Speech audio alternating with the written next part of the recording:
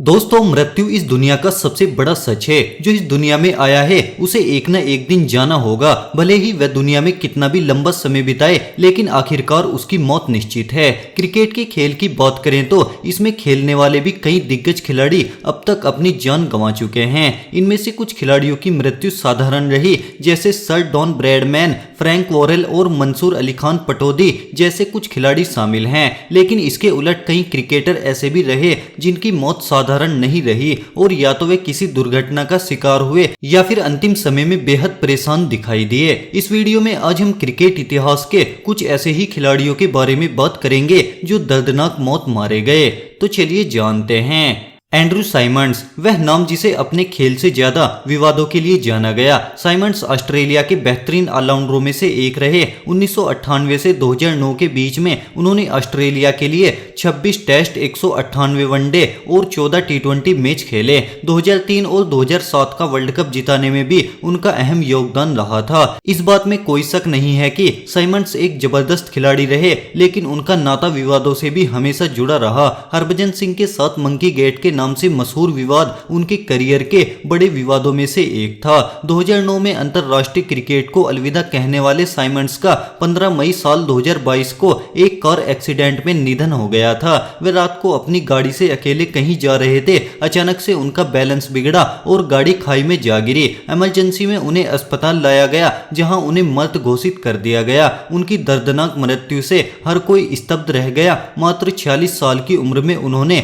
अंतिम सांस ली थी। हेनसी क्रोनिये, साउथ अफ्रीका के बेहतरीन ऑलराउंडर और पूर्व कप्तान हेनसी क्रोनिये का विश्व क्रिकेट में बड़ा नाम रहा। 1992 से साल 2000 के बीच में उन्होंने 68 टेस्ट में 3714 और 188 वनडे में 5565 रन बनाए। हेनसी क्रोनिये एक सफल कप्तान भी रहे और उनकी कप्तानी में दक्षिण अफ्रीका ने कई यादगार जीत दर्ज की। साल 2000 में उन पर मैच फिक्सिंग के आरोप लगे, जिसके बाद आईसीसी ने उन पर आजीवन प्रतिबंध लगा दिया। 1 जून 2002 को क्रोनिये 2 व्यापारियों के साथ एक निजी विमान से जोहानिसबर्ग से जॉर्ज जा रहे थे। विमान को घने कोहरे सहित खराब मौसम की स्थिति का सामना करना पड़ा और जॉर्ज के पास आइटैनिक पर्वत में उनका विमान दुर्घटनाग्रस्त हो गया और इस दुर्घटना में उनकी दर्दनाक मौत हो गई थी। रमन लांबा भारतीय टीम के बेहतरीन बल्लेबाज थे, जिन्होंने टीम इंडिया के लिए 4 टेस्ट और 32 वनडे मैच खेले। रमन लांबा का जन्म 2 जनवरी 1960 को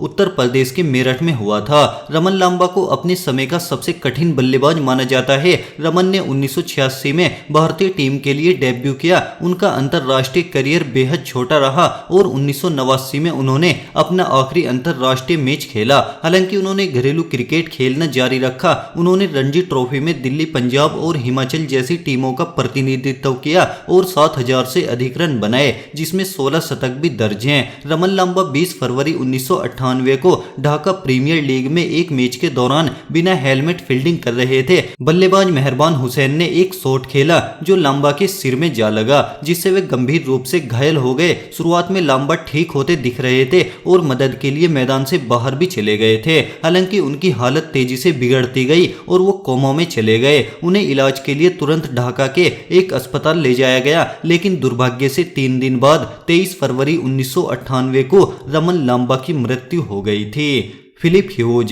ह्यूज ऑस्ट्रेलिया के एक जबरदस्त बल्लेबाज थे, जिनका जन्म 30 नवंबर 1988 को ऑस्ट्रेलिया के न्यू साउथ वेल्स में हुआ था। ह्यूज ने साल 2009 में ऑस्ट्रेलिया के लिए अंतरराष्ट्रीय क्रिकेट में डेब्यू किया और केवल अपने दूसरे टेस्ट मैच में ह्यूज एक टेस्ट मैच की दोनों पारियों में शतक बनाने वाले इतिहास के सबसे कम उम्र के क्रिकेटर बन गए थे। उन्होंने 2009 में डरबन में दक्षिण अफ्रीका के खिलाफ यह उपलब्धि हासिल की थी। उन्होंने ऑस्ट्रेलिया के लिए 26 टेस्ट मैचों में 1535 रन और 25 वनडे मैचों में 826 रन बनाए, तो वहीं एकमात्र टी20 मैच में उनके नाम 6 रन दर्ज हैं। हालांकि सिडनी क्रिकेट ग्राउंड में शेफील्ड शील्ड मैच के दौरान 25 नवंबर 2014 को दक्षिण ऑस्ट्रेलिया के लिए बल्लेबाजी करते हुए सीन एबट की एक बाउंसर ह्यूज के सर में लगी। हेलमेट पहनने के बावजूद ह्यूज को गंभीर चोट लगी और वे मैदान पर गिर पड़े। उन्हें अस्पताल ले जाया गया और सर्जरी की गई, लेकिन दुर्भाग्य से उन्हें होश नहीं आया और फिलिप ह्यूज का 2 दिन बाद 27 नवंबर 2014 को